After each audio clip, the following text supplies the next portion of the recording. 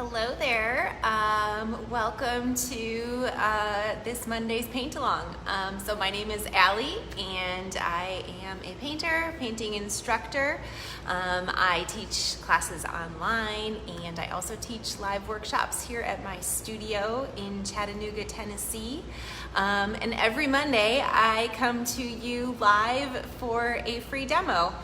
So I do these every Monday at 5 Eastern. And we are working through a new series right now, kind of new. This is the third one in the series. We are doing a series of dog paintings. So we're having a lot of fun with these. Last week we did a black lab, and we kicked it off with a poodle the first week. So today we are painting an Australian Shepherd that my friend Janine submitted a photo of, and I love the photo. Thank you so much, Janine. And I'm excited to teach this to you today. So just in case you are new, I always like to kind of go through the rundown of how this works. These demos are free to watch and learn from, but I also have an outlines download that you can find on my website, alliekstudio.com. And these paintings are all 8x10, so it's a printout that you can trace with some transfer paper and put the outlines on your panel so that you can paint with me. And that is available afterwards as well, so a lot of people watch them live and then paint afterwards, so you can head over to my website and grab your download if you are watching this after the fact and you're not set up. But if you are painting with me live, I always love to know, so please drop that into the comments. I see so many of you are jumping in saying hi. Hi Tina in Virginia. Yeah, I love seeing where everybody's watching from, so please jump in and tell us. We always have a great group. We have people all over the world joining us for these weekly demos, and yeah, it's a blast. So let's get started, okay? All right, so I'm going to bring the camera in so you can see what we're doing. We've got this adorable pup picture here, and I like to kind of angle it so that you can see the paint. Hi Janice, you're painting with me today. I love it, thank you. Oh, I can't wait to see what you do. Letitia in Fort Worth. Deborah, hello. Hi, Amy in Indiana. Okay, I think our angle looks pretty good here. Caroline in Philly. Caroline is going to join me next month for my my live class in Texas, my treescapes class. I'm so pumped that I get to finally meet so many of you at this class that's coming up. That I have only been connecting with virtually so far. So I'm excited. This is going to be my first live class since the pandemic hit us a year and a half ago. So yeah, I am very excited about that. All right. So this is what the outlines look like. After I traced them, I painted over them with a light purple using my skinny little script liner brush. And then I painted over them with this light purple that I made. I'm using golden fluid acrylics, and I made this purple from Payne's Gray, alizarin crimson, and titanium white. All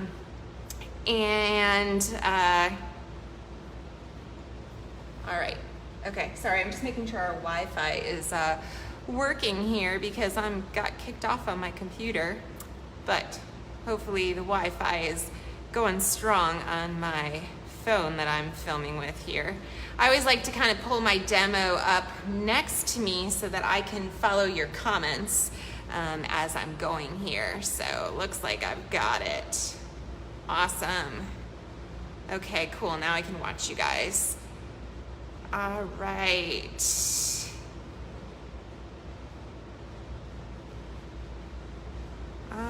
All right. Okay, cool. Okay, sorry for that little delay, guys. Here's what we're gonna do. We're going to start by mapping in the shadows, and I'm going to make a purple from Payne's Gray and alizarin crimson, watered down. And I'm going to start comparing my light and dark. I'm gonna look at the lines that are on here, and I'm going to look at which side of the line is dark and which side is light. So on my reference image, I can see that the dog is the dark side and the background is light over here. So I'm just kind of lightly washing this in. I will come back and pump these darks up further, but this is just kind of my first pass. I think I'm gonna switch to a bigger brush. I like these square tip brushes.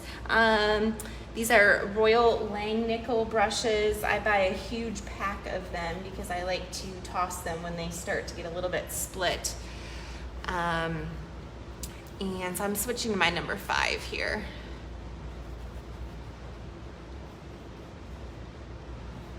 And you can see that my paint is pretty thin. You know, I need to add a little more paint in there. I got my puddle a little too thin. So I'm just gonna adjust that a little bit. All right, so I see I've got this white stripe down the middle. I wanna pay attention to where that is because that's going to kind of give me an anchor point for the center. I wanna make sure I put that in the right place. So I've got a skinny dark shape on either side of it. So finding those anchor points that are going to be really easily identifiable, that's really helpful to do in the beginning when you're first just starting to kind of carve out these shapes.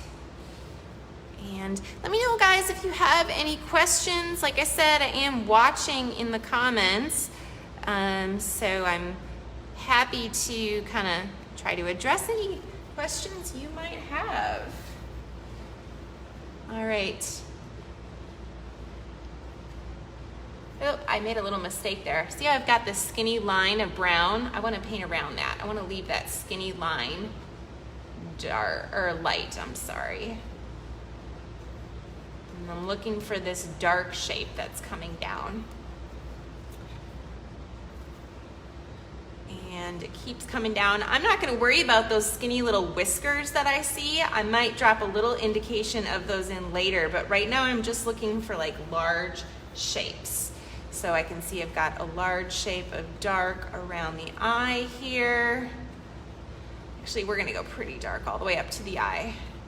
So some places I'm actually just painting right over those lines that I put down because I'm going to come back with another pass of this dark, like I mentioned, and then I'll kind of push some areas a little bit darker, which will help me to kind of separate some of those tones. So right now I'm just kind of generalizing these shapes.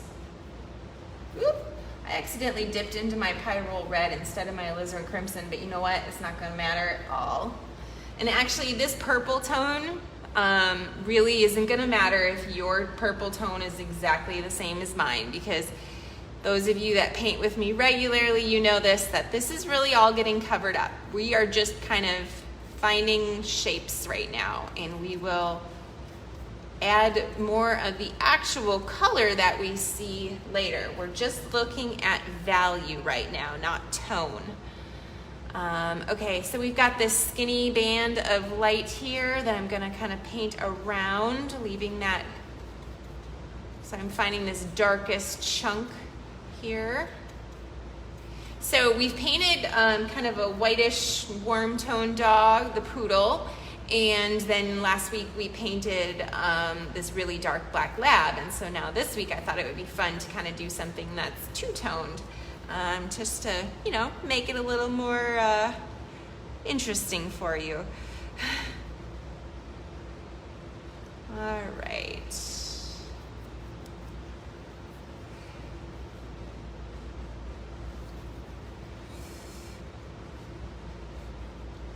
All right, moving along here. Okay, this dark shape, kind of outlining the mouth we've got there. We've got it really dark underneath the tongue. The nose is pretty dark, but we've got this highlighted shape that I'm gonna kind of paint around on the nose. Sort of. I'm gonna sort of paint around it. I probably have too big of a brush there to really get in too closely. I maybe should have switched down, but it's okay. All right, let's look at this dark shape that's around the left eye here. I guess it's the dog's right eye, but I always kind of refer to it how I see it on my panel.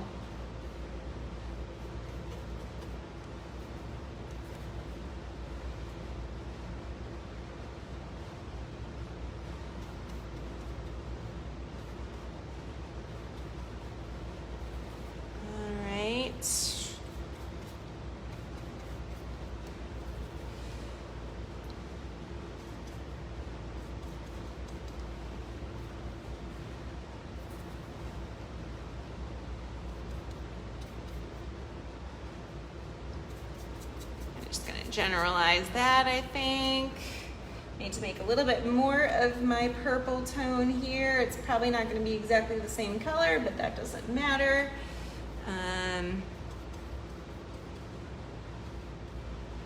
Got this little chunk of black coming in here, and now the background is dark and the dog is light. You see how that flips? Up here the dog is dark, the background is light, but now down here we've got a dark tone in the background, which is going to make that white come forward, the white of the dog.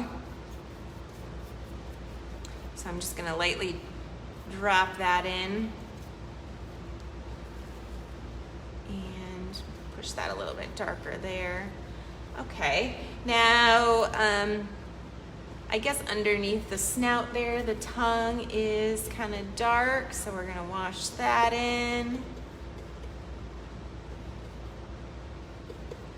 We've got this slightly dark little band that comes down on the white snout. And I guess this chunk that's going to be this kind of golden color, it's darker than the white, but it's not as dark as the black. So I'm just gonna kind of water my paint down a little bit, and I'm going to just wash that in just to separate that from that whitest part right there. Same thing on the other side.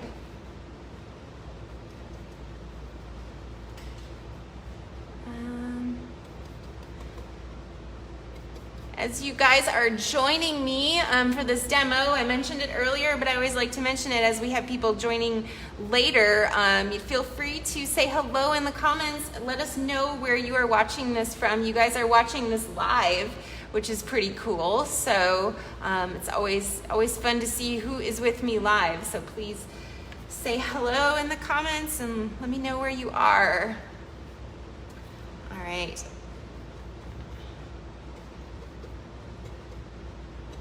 Okay, I think that might be pretty good for my first pass of color. Oh, you know, I need to add a little color into the eyes. I'm gonna switch down to a smaller brush, get a little more specific here. Hi, Deborah in Lancaster, Pennsylvania. Thanks for watching today. Okay, so we've got this flash of highlight that I kind of outlined in the eyes. So I'm actually gonna just kind of paint around that little flash. It's darker in the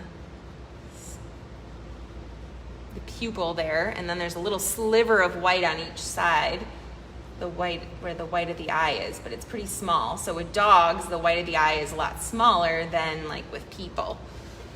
Okay.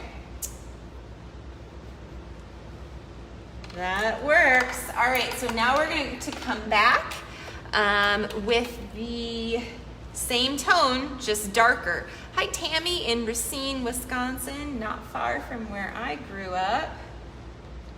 All right, alizarin crimson, Payne's gray. We're gonna make this tone darker. Judy in North Carolina. Kelly in Amarillo, Texas. Okay, let's find the darkest chunk. So I see it's really dark up here by the ears. I'm gonna start up there and just kind of push that darker. It's kind of dark by the tip here. And a little bit over there.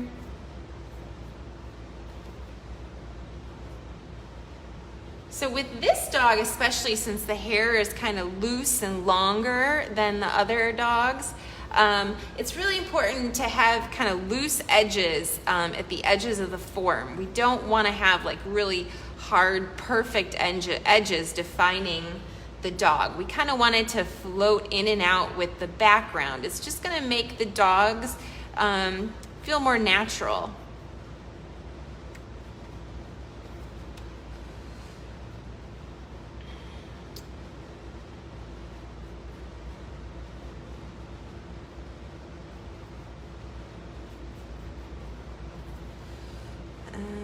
looking for those areas that are showing up almost black. So last week when I did my Black Lab demo, I talked about how I don't ever use black paint. I always mix my blacks. So I gave my recipe for the blackest black, which is alizarin crimson, Payne's gray, and phthalo green. Right now I'm just using the alizarin crimson and Payne's gray. Not doing my very darkest black just yet, but later on in the demo when I push some of my really dark areas black, I'll probably do that. But yeah, there's no reason to buy black paint. Those of you that are investing in some new paint, I always recommend golden, but you don't need to buy golden black paint. I have a pretty limited palette. I have about 8 paint colors that I use to make pretty much every color that you can imagine. And if you're interested in what those colors are, you can find that download on my website, allykstudio.com. It's right on my homepage. I have like a form that you can fill out, and I'll email you my list of my favorite paints from Golden. But also, if you get the download of any of my paint-alongs, it comes with the paint colors that we are using for that demo, and it's pretty much usually the same paint colors that I always use. So you don't have to buy a lot of different colors of paint. I know that Golden it's a pretty expensive brand of acrylic paints, but the reason that it is because it's the very best and it's totally worth it. So just don't need to buy a ton of it. Unless you are me and then you buy it by the gallon when you can, because I paint so much. They used to have gallons of white. I don't know if they still do. But when they did, that's what I would buy. I don't think the other colors come in gallons. Although if they had Hansa Yellow Opaque in a gallon, I would probably buy that one in a gallon because I use a lot of that paint too. All right, we're gonna get pretty dark in the center here. So I'm still just doing this dark with Payne's Gray and alizarin crimson.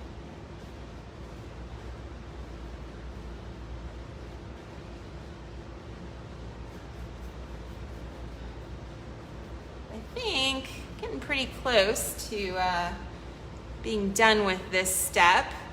So my process doesn't really have a lot of surprises. I kind of follow the same system with like almost everything I'm painting, where I'm kind of just mapping out the shapes, the shadows, before I get started with my wash, which I will be doing next. Okay, so yeah, I think got a good amount of tones down here of value painting. So now we're going to hopefully let this dry for a second or two, and then I'm going to do a complementary color wash. So complementary means kind of opposite on the color wheel. So if the ultimate color will be cool, like this black's going to be very cool, I'm going to do a warm wash first. So if the color in the background is going to be a warm red, then I'm going to put a cool tone down first. So we're just kind of picking opposites. I don't always do the true exact opposite on the color wheel, but I get kind of close. And right now I'm just kind of scooping up any little drips that I have of this dark underpainting because I don't want this to blend in with my wash.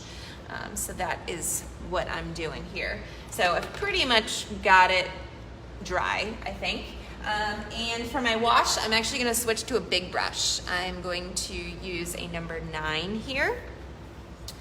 And hi, Robin. Thanks for jumping in and watching today. All right, so let's see what colors we want to do. So the background is going to be this kind of reddish orange tone. And so I think for the background, I'm going to do kind of a teal. I'm going to use phthalo blue-green shade, just a tiny, tiny bit of it, very watered down, and a little bit of phthalo green blue shade. So the two phalos I'm going to use, and it makes a really pretty teal. And I'm just going to wash that in. Maybe I'll use a little bit more of the blue. But I think this will be a pretty color to put down for our background underpainting. And I'm not worried about if some of it goes onto the dog. In fact, I kind of like that. I kind of like my underpainting tones to kind of play together and be kind of messy and loose. So I'm just dropping this into the background. There we go. And then I think I'm going to use this color also in these areas of gold. So I'm calling the red and these gold tones on the dog pretty much, you know, those are my warm tones. So I'm going to put this teal down in those same places. I'm going to make a little bit more of it.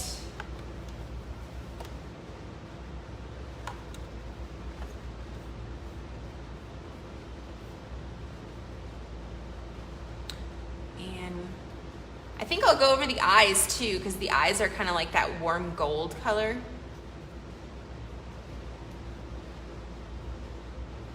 So scooping up anything that kind of drips down on me.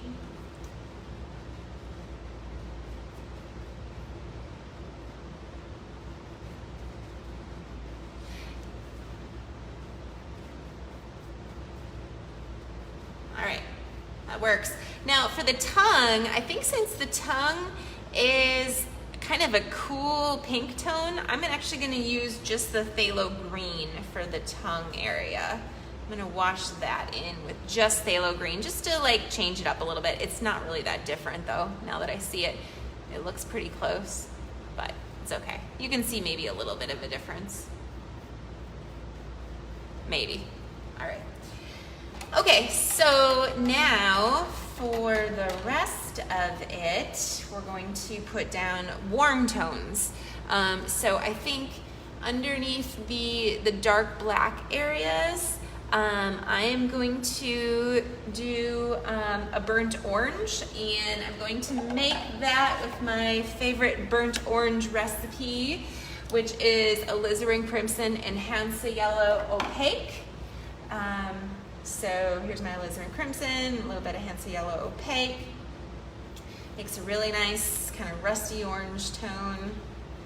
And I'm going to drop that into the areas that are going to be black. So I'm just going to wash right over everything. Need a little more paint in there. Had it a little too watered down. I'm not going over the white areas yet. I will probably go over that tone with something similar to this, or maybe this exactly, but I'm going to lighten it a lot. So that's why I'm not going to do it this dark in those white areas just yet. So I'm going over all that purple that I put down, just going right on top of it. The purple was only there to build up the value. It wasn't for the actual color. Go over the nose completely. Even gonna go over this black. Okay.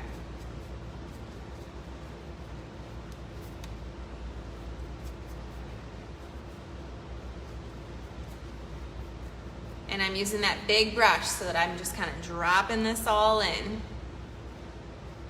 All right.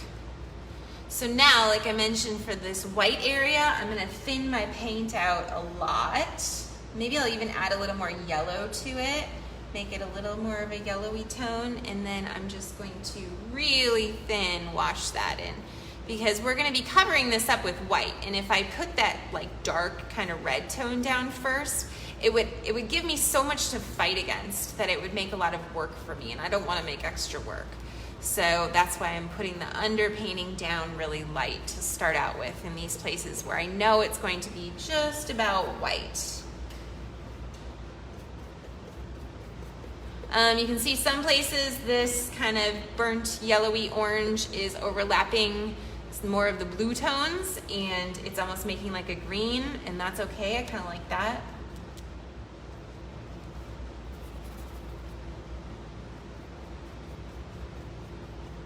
Okay, so we have successfully put color everywhere, and that's always my goal for the beginning, is just to get color on the panel. It makes the rest of the painting go so much faster when you've just got some color everywhere.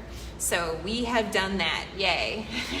But now it's all pretty wet, so I'm kind of going back and I'm like scooping some of it up because I want to be able to layer on top of it and I don't want it to all blend together.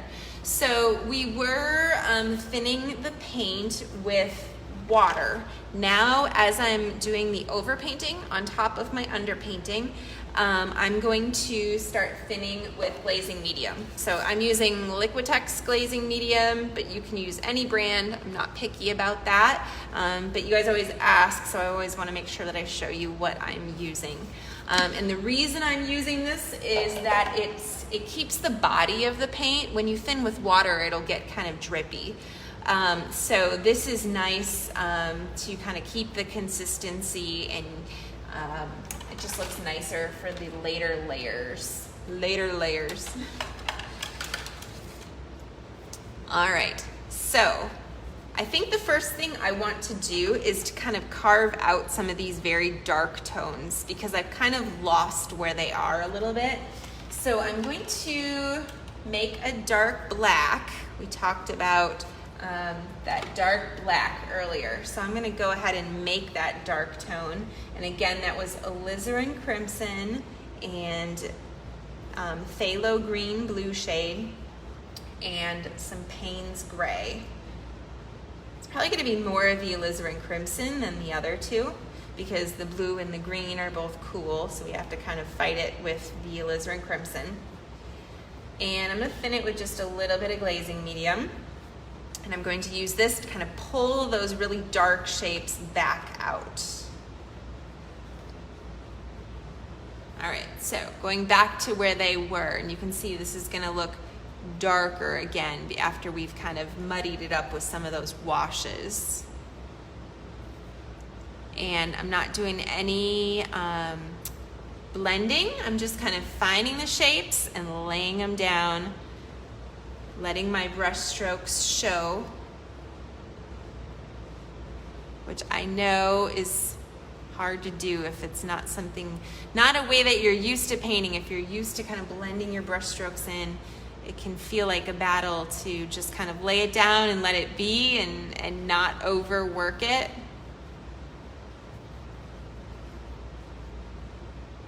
Okay, I'm gonna get kind of tight here around the eye because I want to get that shape just right. It's important to get the eyes and the features really pretty exact because otherwise you're gonna be hurting, fighting against something that you've laid down that's maybe not quite right. So we really want to place those accurately. You can see I'm kind of clenching up on my brush when I do that. Otherwise, I stay pretty loose with the way I hold my brush. I'll hold it really far back, but right now I want to get these shapes in really well.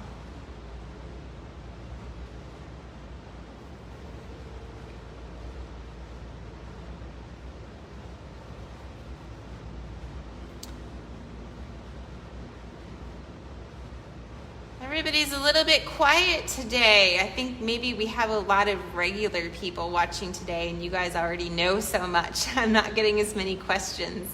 But if you are new, please don't be intimidated to ask a question. That's why I'm here. That's why I like doing these weekly demos and connecting with you all every week, every Monday. I took about 5 weeks off during the summer, and that was kind of nice to have some extra time, and then coming back has been really great to catch back up with you all, and I think it gave a lot of you some time to catch up on paint-alongs. I've been seeing you all posting your pieces in my group, paint-alongs that we did a few months back. You guys are finding the time now to go back and do those, which I really like to see. And if you don't know about my group, I have a free Facebook group called Allie's Paint Friends, and that is where everybody posts the work that they do in these paint-alongs. So it's always kind of fun to see the different examples of the same subject matter and kind of see how different people approached it. It's also just so encouraging. I love how much you guys help each other in that group and just give really great feedback.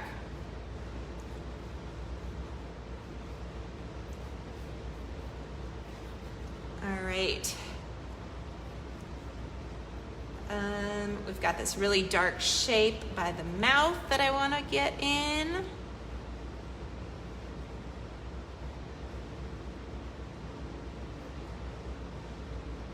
Got that one little tooth poking out there.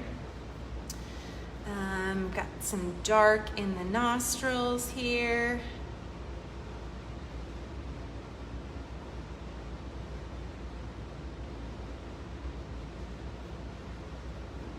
Okay, I think we've built up a pretty good amount of darks. I'm kind of squinting at my piece, comparing it to the reference to see if there's anything else I want to add before we move on, but I think that works. So I'm going to clean my brush out here, and now we're going to start, finding more of the actual color that we're working with. So I think it will be helpful to pull out these white sections first. I think that will just kind of start to give it some form right away. So we're not going to use straight white yet. We're going to dull that white down, and we're going to make it kind of more of like a blue tone because we're layering it on top of this warm orange tone.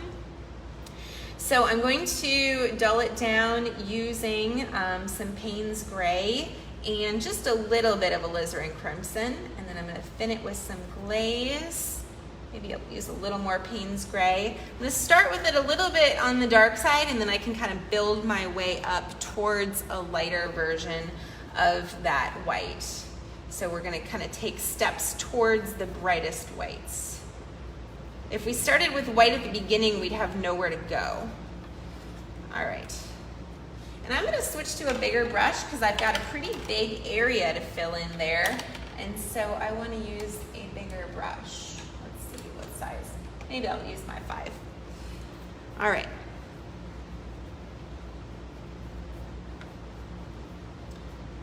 So, yeah.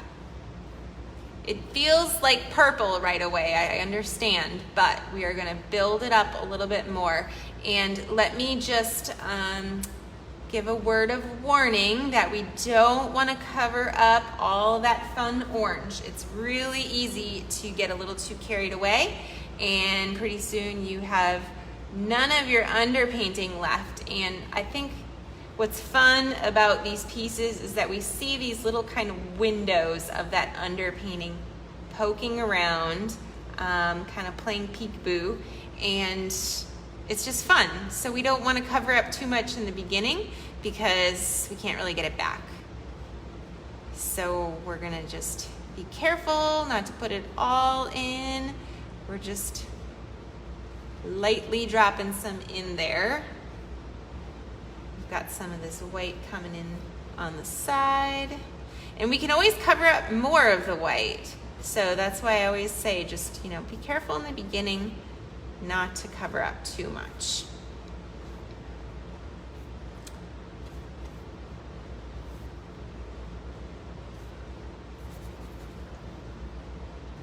And I'm looking at the direction of the fur. I'm thinking about that as I'm laying my brush strokes down. I'm also thinking about kind of chipping away at some of those outlines. We don't really want those outlines to show. So I'm kind of using these tones to cover up some of those lines. Now, this area where it's going to be like the brightest right there, I think maybe I'll just leave that kind of open because I can cover that up with some of my next pass. Just looking to see if I want to drop this in anywhere else. little bit under the mouth there. Okay, I think that's good. Now I'm going to add more white to it. So I'm just going to drop more white right into that same puddle. Take it a few notches brighter, and I'll use this to start adding some more texture to my white tone here. Yeah, so you can see that's actually quite a bit brighter, but it's still not straight white. We still have some room to go even whiter where we want to.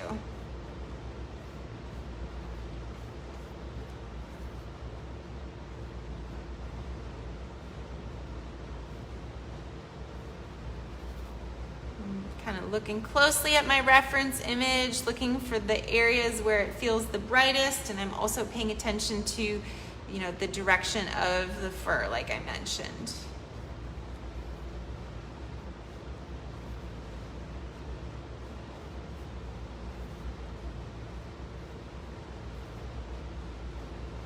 And using this big brush, this allows me to not do like every little hair, you know, that's not important. We want to kind of look for the large shapes. Janine said, thanks for painting my 2-year-old Gemma. Her birthday was this past week. Can't wait to paint her.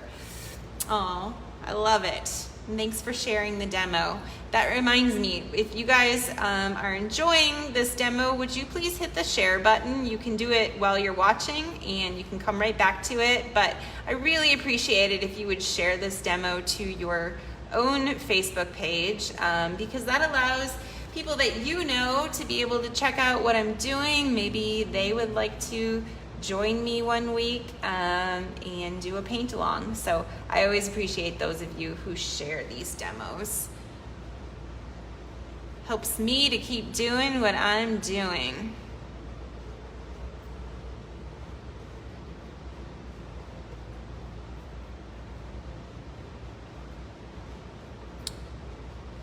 Okay, I think that is good for right now. Oh, we've got some chunks of bright white down here too. I will probably come back and pull it even brighter later on, but I want to grab my little small brush and I'm going to just put that little bit of white on the edge of the eye in while I've got this color. So I've got that little sliver of white on the side of the eye here. And I don't even have it on the left side, well, maybe a tiny dot.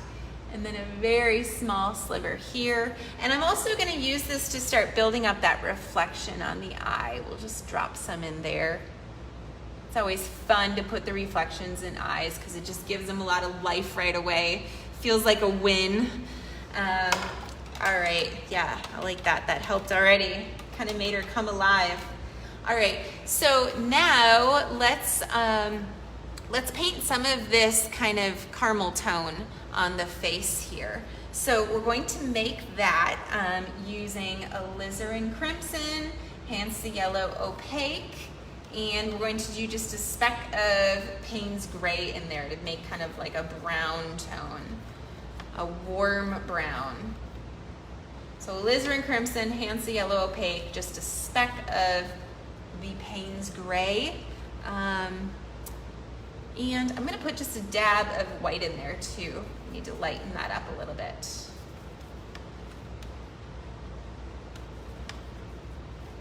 Do you see how when I go into my white, I'm just grabbing it at the corner because I don't want to contaminate my whole puddle of white. That way, if I need to use the white for a totally different color, I still have clean white on the other side. Okay, so we're gonna drop this in. Now this is a little bit dark. We're gonna build it up a little bit brighter. We're starting with it a little on the dark side for this brown tone. And just like with the other colors, we don't want to cover up all of our fun teal blue underpainting. So just kind of lightly dab some of this color in.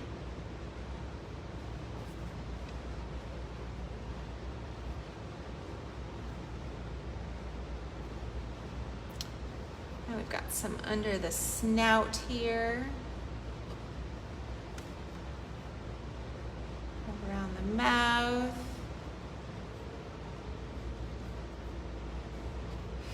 This is kind of bright here, so maybe I won't even fill it in completely. I'll put that in when I take this up a notch brighter. We've got a little bit up here by the ear, so I'm just gonna drop some of that in right away. Maybe a little bit over here. We've got some down below. Just gonna put a touch of that in right away. Okay, so now let's take it up a notch brighter. And we're gonna add some more white to it. Let's see, Jane says, I painted in some shadows, but will paint when I watch a second time. This is my first painting. Well, welcome, Jane. I'm glad you're joining me for a paint along. And I totally get, you know, a lot of people will kind of get started with me live and then they'll feel more comfortable coming back and watching the replay afterwards. So feel free to do that. And I look forward to seeing the piece that you create. So here's this new color using the same tones, but I just added some more white to it. You can see how I'm taking it up a notch, making it brighter, just kind of building up these layers, but I'm still not covering up all of that teal.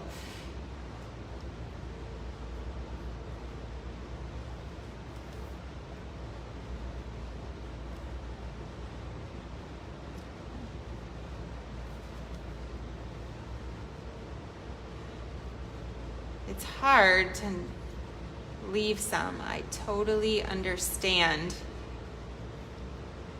I'm getting a little carried away with covering up my teal too, and I love that teal, so I really don't want to do that.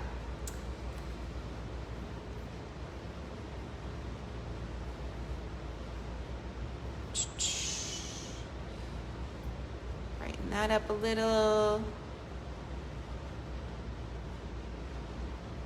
So you kind of start in midtones and then you can build your way towards the highlights when you've got like a base kind of built out to layer on top of.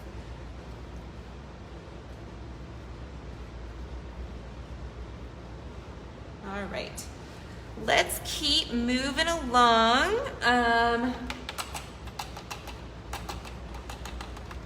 Oh, you know what? We should put some color in the eyes. So I'm gonna go back to my small brush, my number 1, and I'm gonna go back to the first tone because the eyes are darker than this light tone that I made.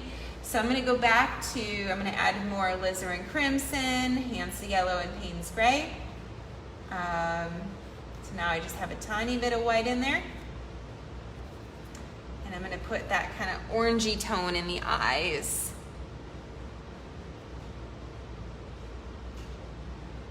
We'll start with it a pinch darker and then we'll add a highlight.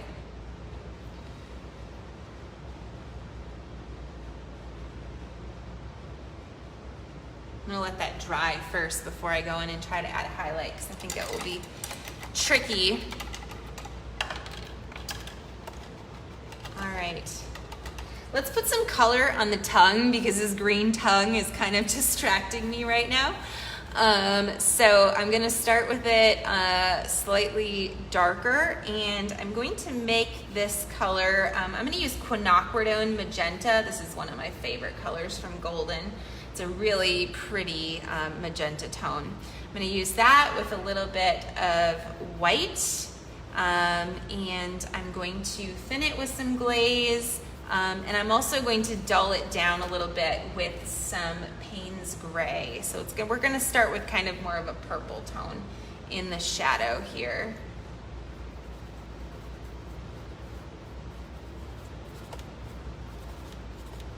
I'm kind of scraping the edge of my brush on the side, scrape off some of the excess paint. I'm gonna try not to cover up all the green. And I'm just first putting in the darker tones and then I'll put in a highlight. Kind of dark right there. Okay, now I'm gonna come back with a highlight and I'm gonna switch to a smaller brush for that highlight. I'm gonna go back to my number 1. And for the highlight, I don't want any of that Payne's gray in there. So I'm going to do just the quinacridone magenta and some white. And I think I'm just gonna do those 2 colors. This may be a little bit more intensely pink than what I see in the photo, but I think it's gonna be fun for the painting, so I'm just gonna go with it. So it's the brightest kind of along the edge here, and then the tongue does a fold as it wraps around that tooth. And same thing over here. All right.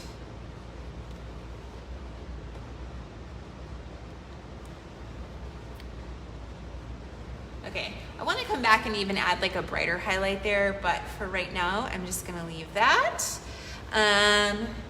Let's see. Judy said, tell us again where you get your brushes and how long do they last you? So I order them from Dick Blick, and these are Royal Langnickel brushes. I buy the classroom pack that comes with 60 brushes. So it's an assortment of sizes 1, 3, 5, 7, and 9. And a 60 pack of brushes, I mean, that would last you probably a couple years, I would think, or a year at least, because you're gonna have, you know, maybe like, I don't know if it's eight of each size, something like that. It's a lot of brushes. Maybe it's 10 of each size. Yeah, it probably is. So it will last you a really good amount. It depends how much you paint, but I recommend it. I think they're called Clear Choice, maybe. And it's the synthetic bristle flat tip. All right, so let's start putting in some of the kind of gray blue tones throughout the dog. So I'm going to go back to, I'm gonna use my number 3 brush, and to make those kind of bluish tones, I'm going to use Payne's Gray and some white.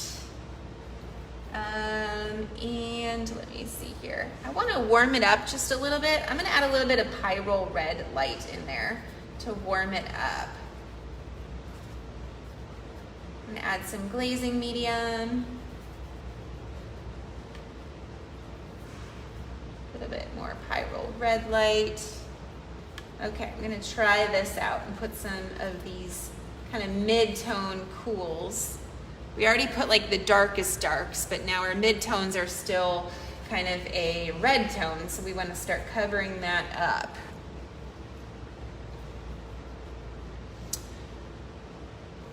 And again, don't forget to leave some of that red and think about the direction of the strokes.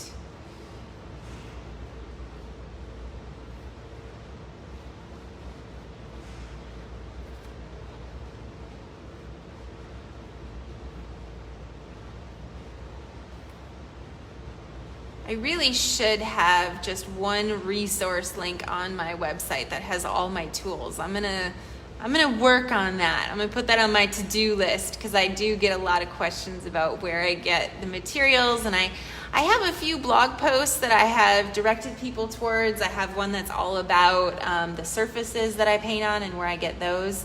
You can find those blog posts on my website, but it would be kind of nice just to have one place for everything. I know you guys would probably appreciate that.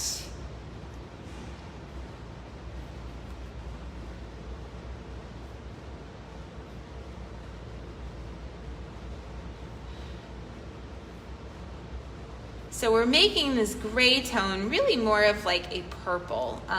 And that is pretty common that I will use purples for my grays because they're just so much prettier than plain old gray.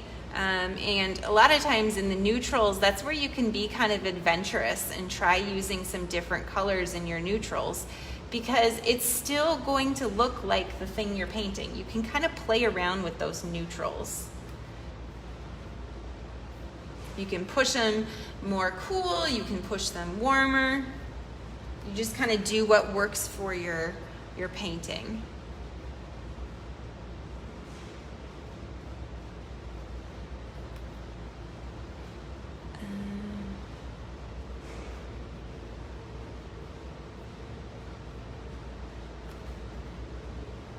This dog with all the different colors of hair, it is going to take a little bit more time, I think, than maybe the black lab, but it's okay.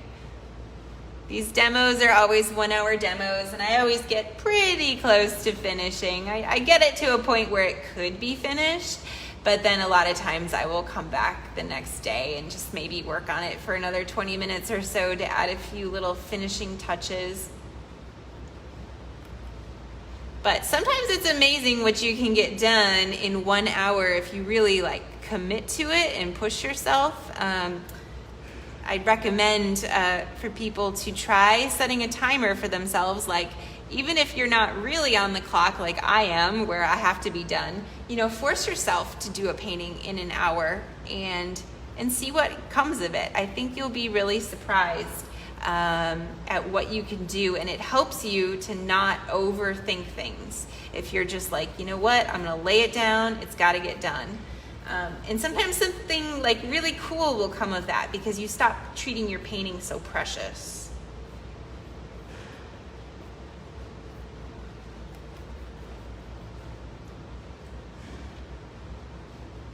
That was kind of when I first discovered my love of doing these kind of loose brush stroke.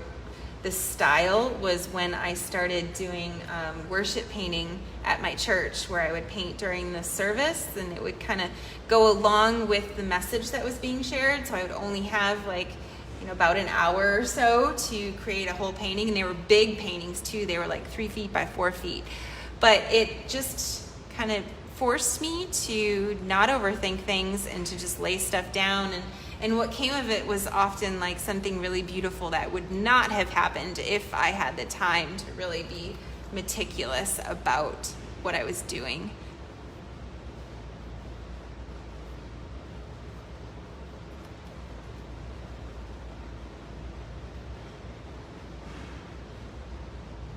All right, so I think it's enough of that mid-tone for right now. Oh, we need some on the nose. I totally neglected the nose, so I gotta put some of that on there. There's this highlight, and I'm going to make the highlight on the nose brighter yet, but I just wanna get some color on there for right now.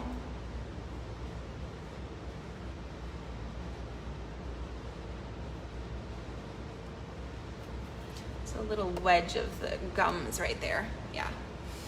Needed that little chunk. Okay, I want to put some color in the background because that's kind of distracting me right now, where I know that I was going to do more of red tones.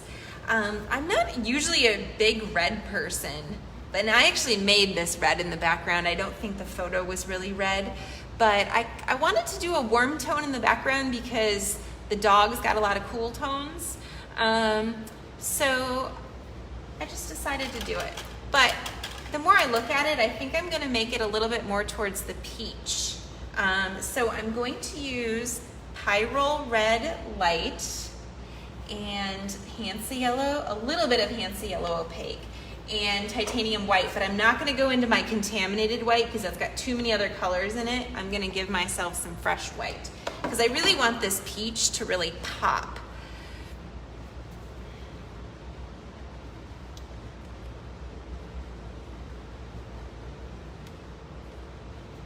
So again, it's Pyrrole Red Light, Titanium White, and a little touch of Hansa Yellow Opaque. I'm also gonna add a little bit of glaze. My glaze was contaminated too, so I'm getting some fresh glaze. All right, and the brightest area of the background is kind of under this left ear, so I'm gonna start there. And I'm going to make sure I leave that fun teal.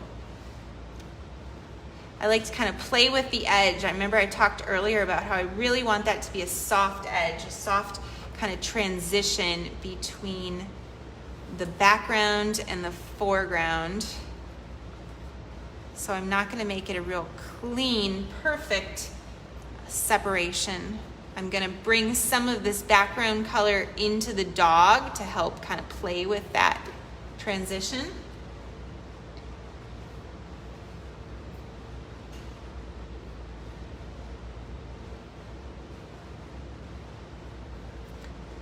And I kind of lost my background up here, so I'm going to use this to kind of carve it back out. Bring the background back down, which gives more shape to that ear right there.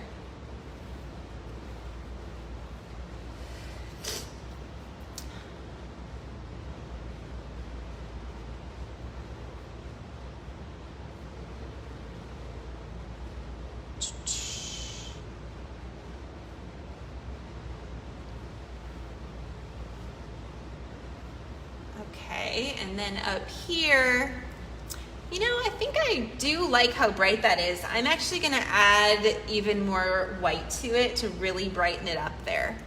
I'm gonna add some of my nice clean white. And just drop, yeah, I like that. I like that kind of peachy pink tone against the teal. I gotta make sure I don't lose all my teal. Okay, we're just gonna stop right there. And maybe I'll do a few dashes that brighter tone over here too.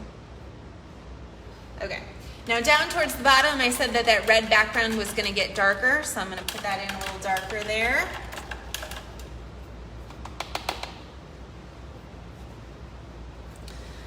So we're gonna make that dark tone. We're going to use Pyrrole Red Light and some glaze and maybe just a pinch of white, like a tiny pinch of it, but it's gonna be mostly the Pyrrole Red Light and glaze. I'm not super concerned that my glaze was contaminated because I'm going over this dark color and I don't mind if it gets a little bit dirty looking because that'll help to kind of make it a dark tone. I don't like that brush stroke. Sometimes one brush stroke can change everything. Okay, that'll be good for right now. Okay, I can see that these highlights, kind of on the cheeks here, these brown highlights, they need to be brighter because I'm missing that right now. So I need some more dimension there. So we're gonna go back to that kind of caramel tone that we made, and that was made from Hansa Yellow Opaque, alizarin crimson, and some white. I'm not concerned if this white is contaminated because again, this is kind of more of like a brown tone, but we're gonna add more white now to really pull this tone out.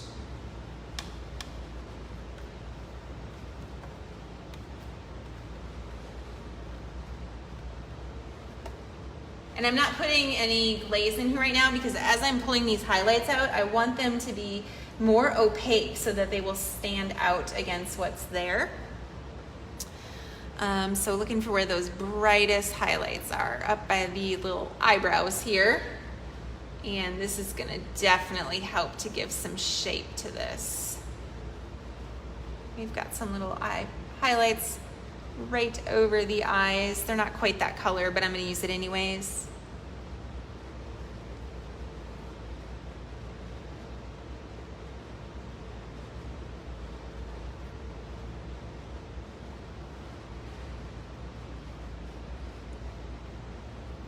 Yeah, this helps a lot. Needed some bright tones over here.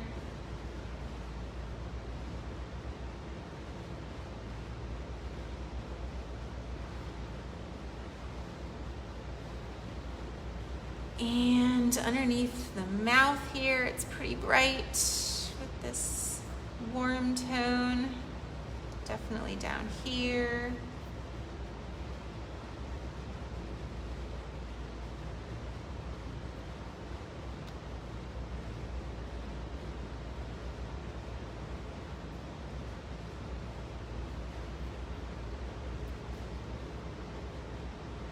Getting close to being to the end of our demo. Oh, I guess we are at the end of our demo, but you guys know I always like take advantage of like an extra 5 or 10 minutes just to put those like very finishing touches that I feel like I need to add.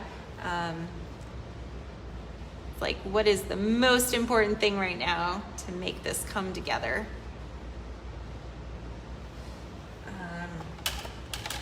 I want to do some bright blue highlights like on the nose and kind of in the fur. So I'm going to do that I'm going to use some phthalo blue green shade. I'm going to find a clean spot to do this.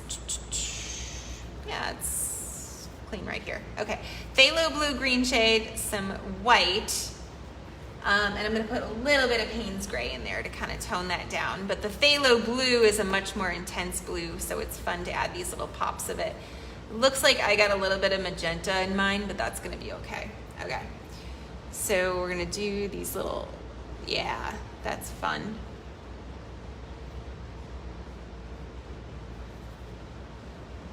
This is kind of a color that the filter pulled out when I put a filter on the photograph. So I use an app called PixArt that I really like, and I use the geode filter a lot on my reference images. It pulls out some interesting colors. It also kind of just helps to simplify the forms a little bit. It makes the photograph look more like a painting before I even start, which helps me to visualize kind of how I want my painting to look. So I always recommend doing these filters. It just like simplifies so that you don't get hung up on all the details of the photograph. Helps you just kind of focus on what's most important. Be careful not to put this blue in too many places, because then it loses its impact if you put it everywhere. As I go on to put it everywhere.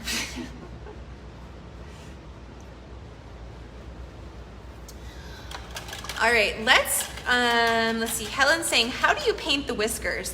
I'm not even sure if I'm going to, but let's do it just so I can kind of give you guys an example. But what I will say is, do not try to paint like every single whisker. We're going to look for the ones that stand out the most, and we're going to just very, very lightly put in a little bit of that indication. So I'm going to go back to this kind of gray tone that I put down first, not the brighter one, the first one. I'm using this skinny little script liner brush. This is what we use to put the outlines on the panel.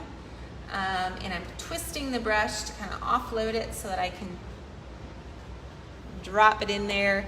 Now, I'm just gonna drop it in really light, but I'm not gonna extend it like as far as you might think, because it's so easy to make whiskers look really fake. They're kind of like freckles, like when you paint freckles on a person. I teach this in my Features and Faces portraits class, that it's so easy to make them look fake, like they're literally painted on the person. So always less is more. Always kind of downplay how many there are and how much they show up. All right, and I think that's all I'm gonna do. Maybe kind of think about having a few of them crisscross. Yeah, I'm glad you asked, Helen, about that, because that is something that I wanted to mention.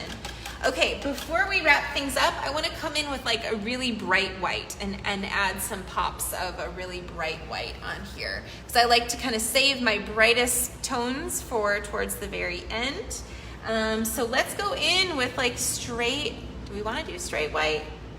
Maybe I'll put just a teeny pinch of phthalo blue in it, like very small, but it's just going to make that white cool.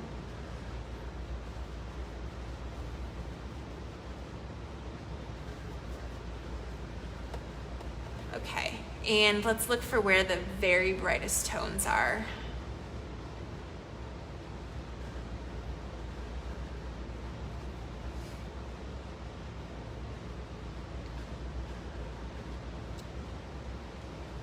And again, we don't want to put it everywhere. We just want to put it where it's the very brightest.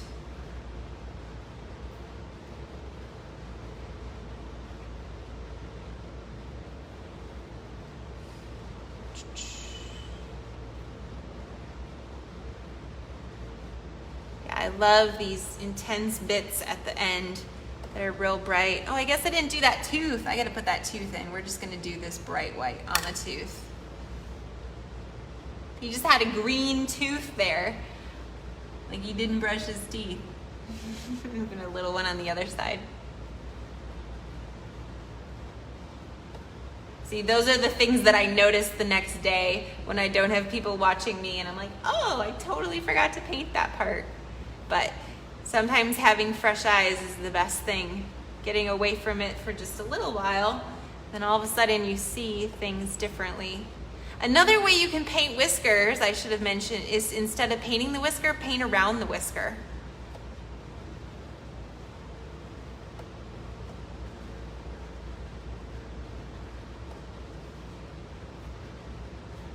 Yeah, if you brighten up the area around it, it can make it look like there's a whisker there. Because the whiskers don't have to be white. Like over here on the left, they're actually darker than the white that's behind it.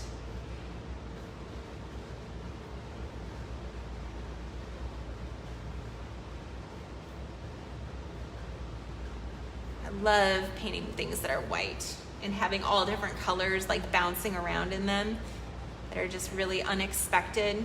It's my favorite.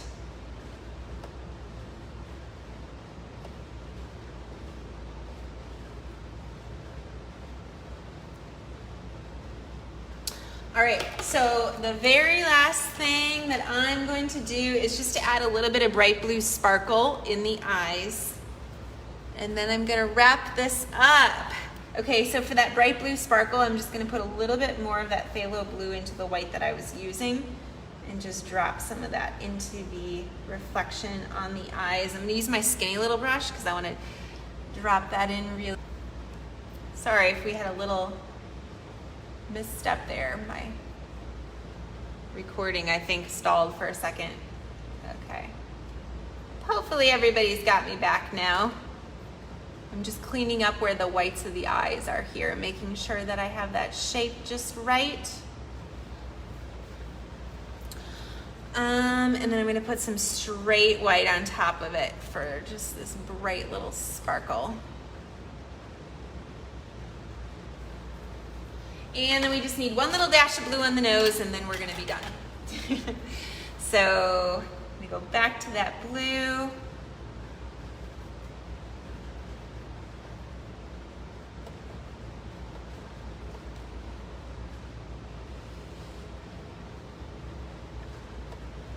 All right. I probably made this a little too blue. Maybe I'll put a little alizarin crimson in there to hone it down for this highlight on the nose.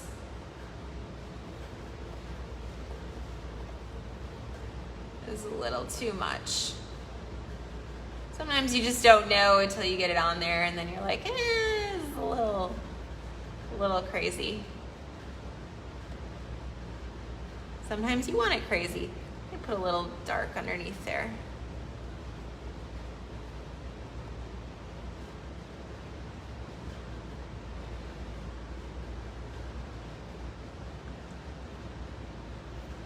Okay, I'm gonna be done with this one before I go too crazy with it. All right. Thank you guys for hanging out with me till the end of the demo. As I mentioned, if you want to get the download, you can still do that on my website. I also just want to put out a little reminder that I have my live class, like in person, not filmed live, like in person, coming up September 13th. It's going to be just outside of Austin in Horseshoe Bay, Texas, and I have just a couple spots left in that course. So I'm teaching my treescapes class, so if you guys want in, head over to my website now and grab your spot. I'm so excited to teach that class live. Yeah, I hope you guys enjoyed this paint along. I will see you next week. We're gonna do another dog, so stay tuned on that one. And everybody have a great night. Happy painting.